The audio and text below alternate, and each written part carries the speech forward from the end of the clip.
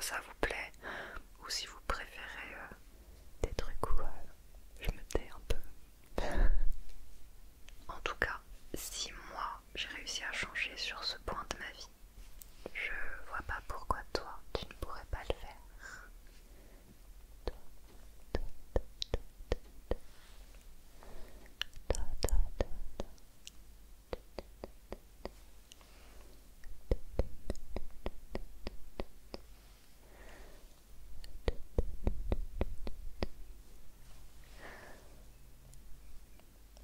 La procrastination.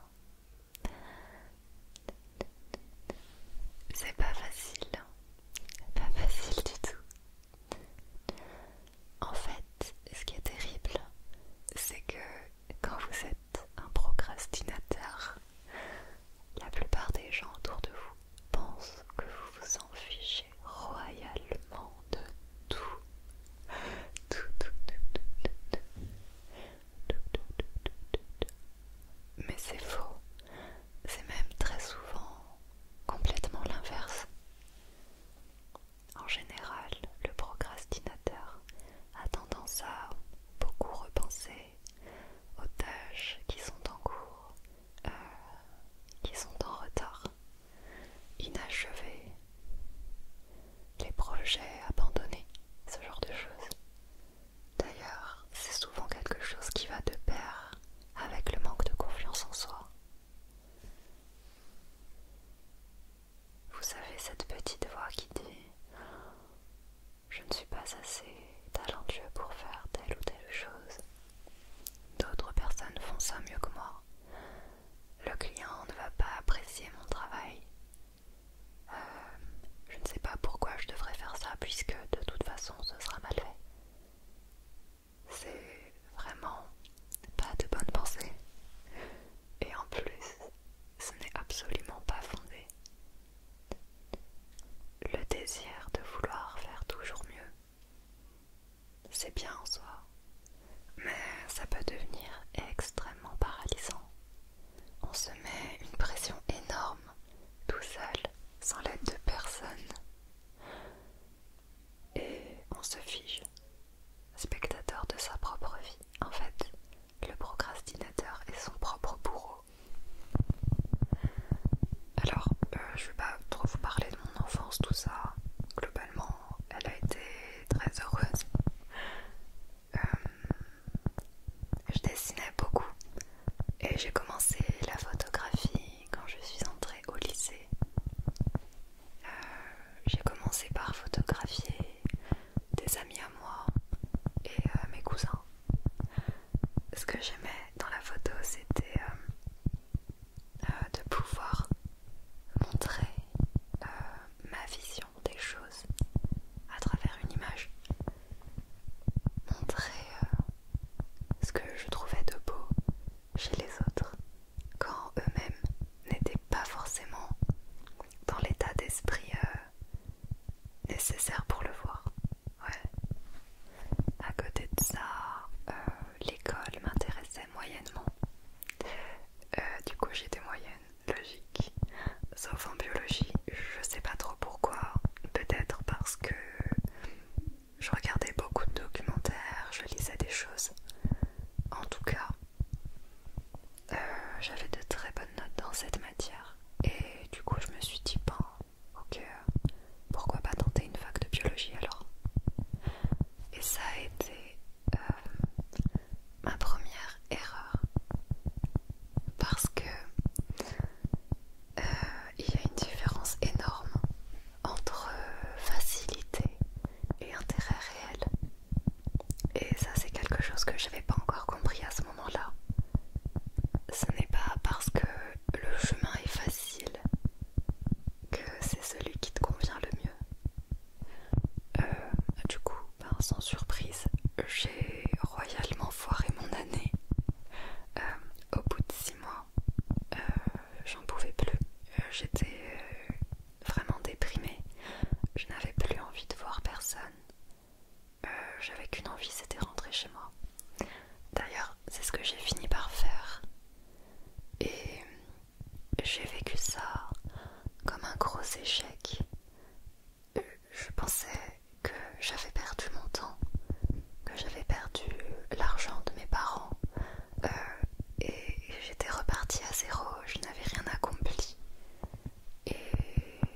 je ne savais même plus ce que je voulais faire de ma vie.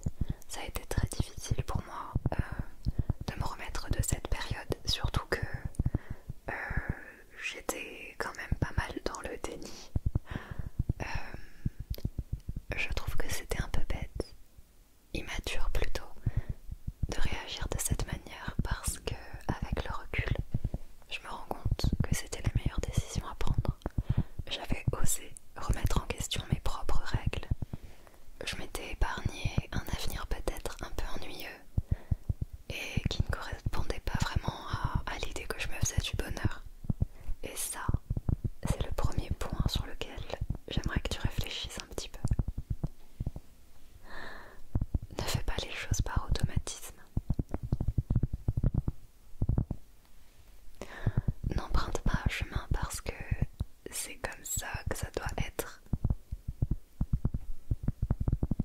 Non, non, non. Non, prends le temps de visualiser ton avenir de rêve, ton avenir idéal, sans aucune limite, sans aucune règle. Qu'est-ce que tu vois?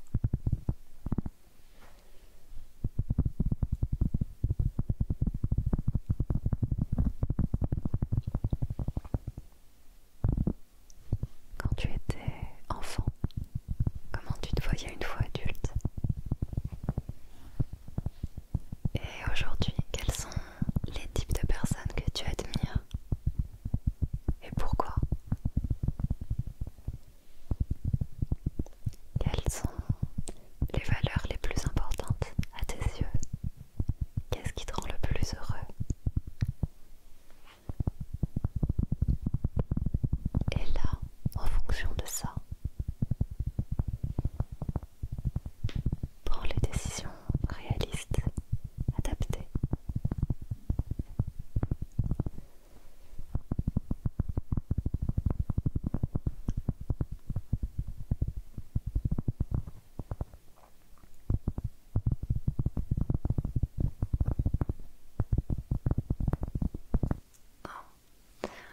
J'ai accroché mon collier pour qu'il soit plus court et que vous puissiez le voir parce qu'il est trop beau.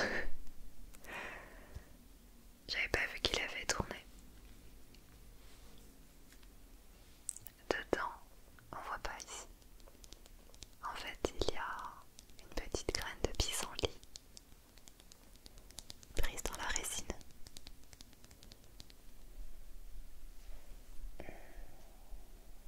Ouais, on voit pas très bien.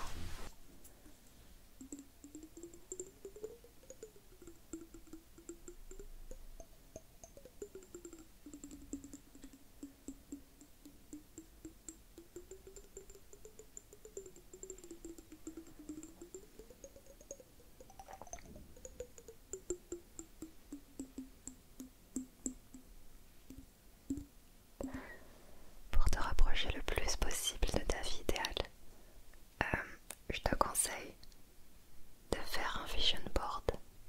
Mon accent anglais, c'est vraiment pas ça. Vision board. Bref, un tableau de visualisation. En fait, c'est un tableau qui va t'aider à visualiser très clairement les objectifs que tu aimerais atteindre sur le moyen ou long terme dans n'importe quel aspect de ta vie, personnelle, familiale, professionnelle. Ce tableau, tu peux y coller des images ou du texte inspirant. L'essentiel, c'est qu'en regardant ce tableau, tu puisses te remémorer très clairement quels sont tes objectifs et que tu ressentes du bonheur à l'idée de faire un pas de plus pour les réaliser. Ce que je trouve vraiment trop bien avec ce genre de tableau, c'est que ça rend tes objectifs parfois un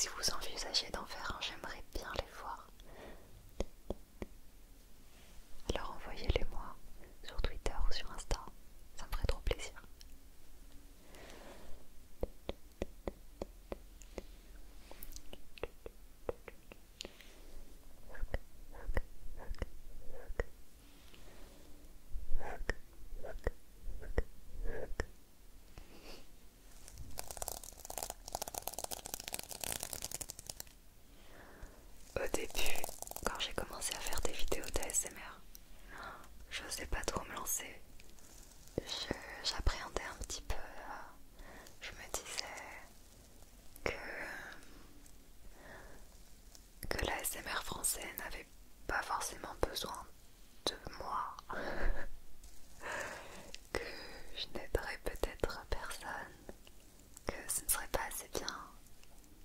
Tous ces trucs de personnes qui cherchent des excuses pour ne pas essayer. Mais j'ai essayé quand même. Et je regrette absolument pas. Parce que je m'amuse beaucoup à vous faire ce genre de contenu. Et voir que ça vous aide à dormir ou à vous détendre dans les commentaires, ça me fait trop plaisir. Alors merci d'être là. Moi je suis là pour vous en tout cas.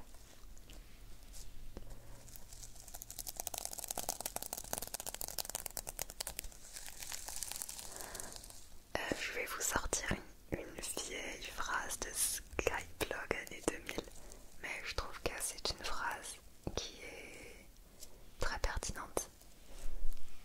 C'est: mieux vaut avoir des remords que des regrets. Mieux vaut avoir des remords que des regrets. Mais qu'est-ce que ça veut dire en vrai? Eh bien, ça veut dire que ok, tu peux, en essayant quelque chose, en te lançant, te tromper ou faire des erreurs. Mais ça vaut toujours mieux que de regretter de ne jamais avoir osé. Et ça, c'est vraiment le meilleur conseil que je peux vous donner. Tentez votre chance. Lancez-vous. Essayez.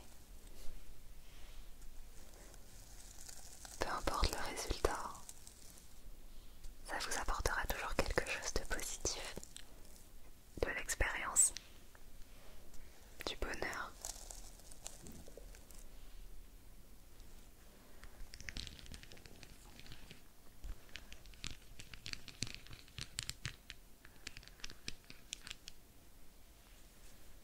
Pour moi, pour mettre fin à la procrastination, il faut d'abord en identifier les causes.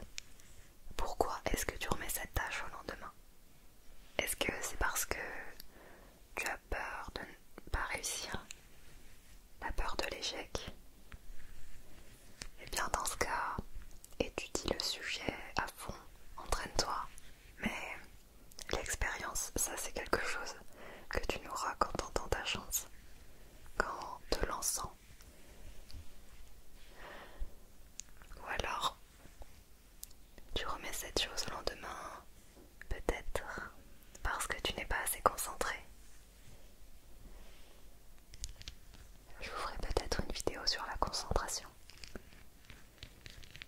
En tout cas, l'ASMR, ça aide beaucoup de gens à se concentrer.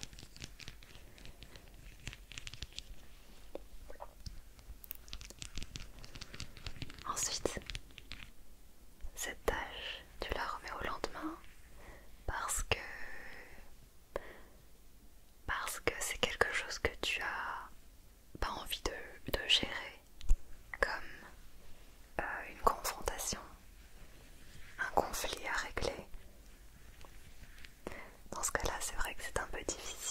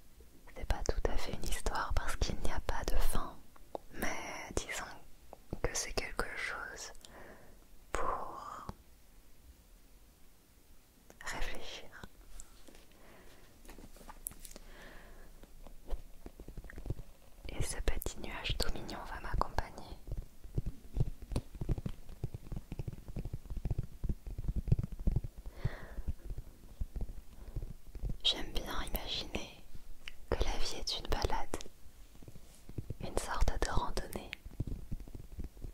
Alors, j'aimerais que tu fermes les yeux et que tu imagines un endroit magnifique, verdoyant, avec la mer et des montagnes au loin. Il fait beau, il fait ni trop chaud ni trop froid. Et tu marches le long d'un sentier. Tu peux aller où bon te semble. Il n'y a aucune limite. Tout est possible. Tu peux tout accomplir. Si tu baisses les yeux sur le sol, tu remarques de petites pierres étincelantes. Il y en a de toutes les couleurs, de toutes les formes et de toutes les tailles. Autant de diversité qu'il est possible d'imaginer. Ces pierres, on raconte que ce sont des opportunités et que si tu en ramasses une, elle te montrera le chemin vers le bonheur. Cette petite pierre éclaire peut-être un chemin que tu n'avais pas envisagé de prendre jusque-là.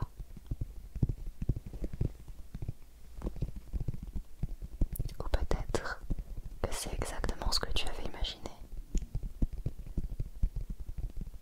En tout cas, cette route à prendre est maintenant évidente. Il ne te reste plus qu'à avancer, sereinement et sans peur. Alors, tu seras peut-être parfois fatigué, en colère ou triste, mais peu importe. Grâce à cette pierre, tu pourras avancer même dans la nuit la plus sombre. Mais le procrastinateur, lui, emprunte bien la même route, sauf que le trajet lui est tellement pénible, car sur son dos, il porte un gros fardeau. Toutes ces choses qui paraissaient si petites au départ prennent tellement de place à présent, tellement de place qu'il lui est difficile de simplement mettre un pied devant l'autre. Et cela fait si longtemps qu'il a oublié ce qu'était la vie avant et trouve que tout ceci est normal. Il se dit, c'est comme ça, la vie c'est dur, c'est difficile, c'est une éternelle bataille, c'est normal. Mais c'est faux. C'est lui, et lui seul, qui a choisi de porter ce fardeau.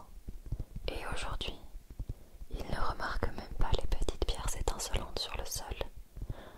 Pourtant, elles sont là depuis le début. Et elles s'étendent encore très loin devant lui, à perte de vue.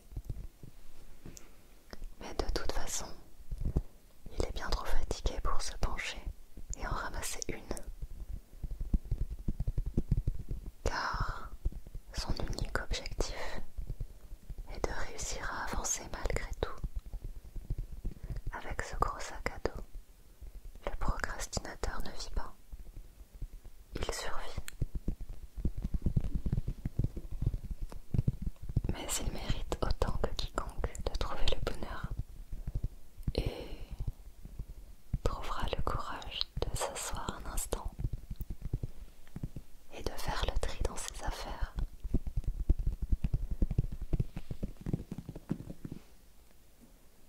Alors, si toi aussi tu es un procrastinateur, pourquoi ne pas t'asseoir un instant et observer le contenu de ton sac?